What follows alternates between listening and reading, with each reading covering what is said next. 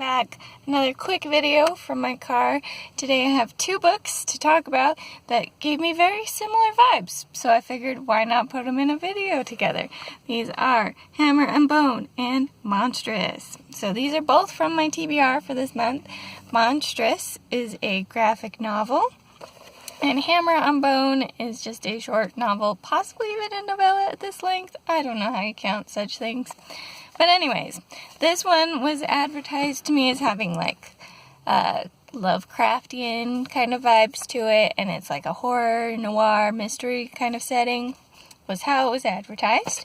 And then this graphic novel here is an alternate world of Art Deco beauty and steampunk horror. So yeah, kind of similar themes, and kind of unfortunately, both of these were not quite to my taste.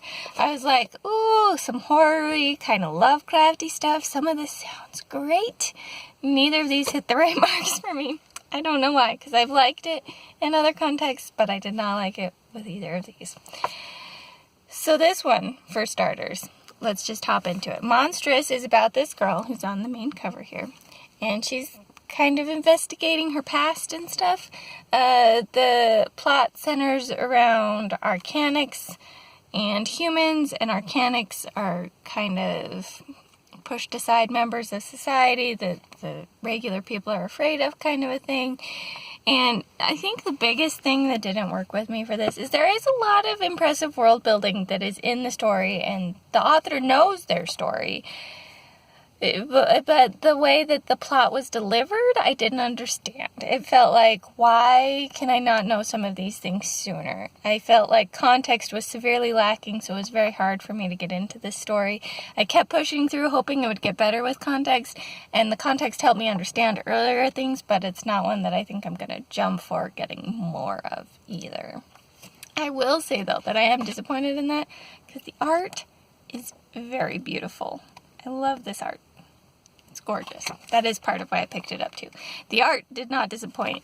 The story did. That's what I'm trying to say with this one. And I'm very disappointed because it looked like it was going to be a cool one.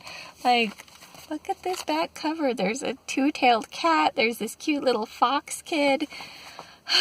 It looked like it had so much promise. I was very interested in the concept, but the execution was just not for me. In a similar fashion, we have Hammers on Bone. Again, this was presented to me as like Lovecraft, horror, noir, mystery. There are definitely all those elements, but it frustrated me. So the noir aspect is more in that the private investigator just talks in noir language. It's not really explained why. So I thought we were in like the 50s kind of setting or something, but then modern day things kept coming in, like modern TV shows and would be referenced and stuff like that. And I was like, well, why is he talking like noir again? This is weird and confusing and I don't like it. And then like it's got the Lovecraftian kind of themes. There's some like tentacle-y kind of monster-y things that go on, thus the cover. However, it just didn't work for me. I was expecting more of like an actual mystery versus the ultimate plot is more that the private eye ends up tracking someone down essentially to kill them is what it came down to. And it just didn't work for me. Again, it didn't work for me. I liked the descriptions of all the Lovecrafty stuff. That part was fun. But at the same time, some of that just verged on gore too, and it was less horror and more just gory at times. So it just wasn't what I was wanting or hoping for from this book, which again, really disappointing. I'm sure they are somebody's books and that they'd work for somebody, but neither of these hit the mark that I wanted them to hit, and I'm so very sad because I was really looking forward to some cool Asian horror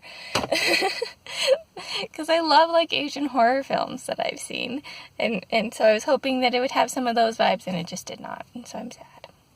But we'll find some other stuff. If you have recommendations of things that you think I would like that are Asian horror that's for reading and not just the movies, because I've liked the movies, but so far not the books, feel free to comment down below. If you disagree with my opinions on either of these, feel free to share why you think I'm wrong down below too. That's all I got for now. This is the Umlaut Harper signing out.